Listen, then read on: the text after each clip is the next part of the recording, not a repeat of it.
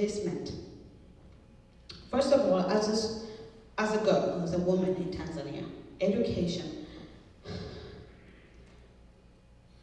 is not like your first priority thing. You would want it to be, but society does not let it be. So there's some parents who allow their daughters to go to school and some parents who do not allow their daughters to go to school. And I was one of those lucky ones whose my parents gave me a chance to, or my aunt, put me in school. But that did not mean that I'll come home and do my homework. That meant every day after I come back from school, I have to do work at home before I even start my homework. The pictures that you see are some of the things that women had to do. So when after I come back from school, I have to fetch water, fetch wood so you could make fire and cook dinner, take care of your siblings. In my case, I was taking care of my cousins. And my aunt had a very important job that she was always away, always traveling. So after I do all the work that I'm supposed to do as a woman, my uncle would sleep with me. It started when I was in 6th grade. So until at that point, when what happened between I and my teacher, it did not shock me. It didn't. It felt normal. I was like, what do you expect, kind of way. So I ended up graduating 7th grade. I was really happy. My goal was to start fresh in high school. I want to go to boarding high school so I can skip. I can skip the abuse at home. I have to, not putting up with the bosses, have to bite people, have to wake up much earlier. I did not want any of those. So I decided to go to boarding school. And I thought I was going to start fresh.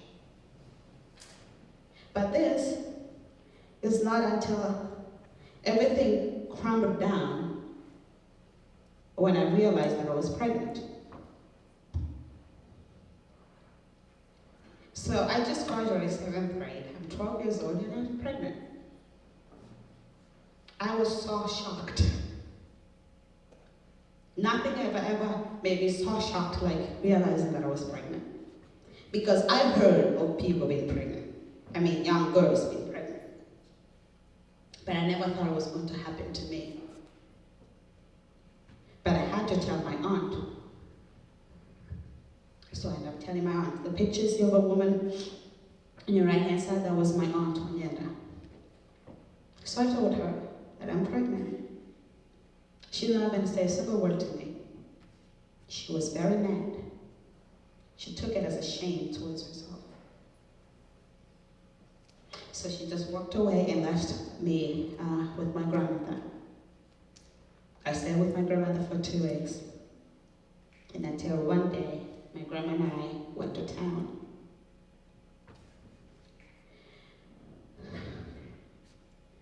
My best guess of where we're going. We went to town, we ended up going to a hospital, but my best guess was that my grandmother was sick. And we were there because of her. So I was just sitting there, not thinking about anything, and thought that I got everything under control. She's just sick, and we're there because of her. And then my aunt came to the hospital. And then a doctor came in, and my aunt told me to go with the doctor. I couldn't ask her. So I just followed and obeyed whatever she told me, and I went in with the doctor. And until later, when I started putting all the puzzle pieces together, then I realized that they were taking the baby off me. I was going through an abortion. Now, not like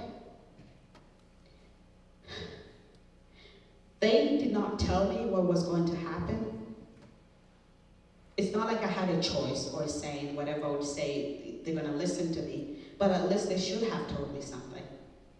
But they didn't. Now I'm lying there in the hospital with so much pain. And still, I'm like, no way. You know, you're not pregnant. You did not just go through a bunch of things. There's no way. I still doubt myself. But that was the reality. 2 days later, I started high school. I went to Alhassan Mwenye Secondary School, and that's a picture of the high school. I made myself a promise. I said I was going to start again in high school. Things are going to be different. That was not the case.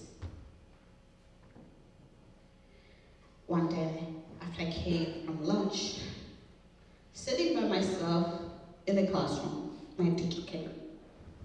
And we're just talking. So I did not, I didn't pay attention to whatever we were talking. It was just like a normal conversation between a teacher and a student. But then he sat very close to me. And while we were talking, he started touching me inappropriately.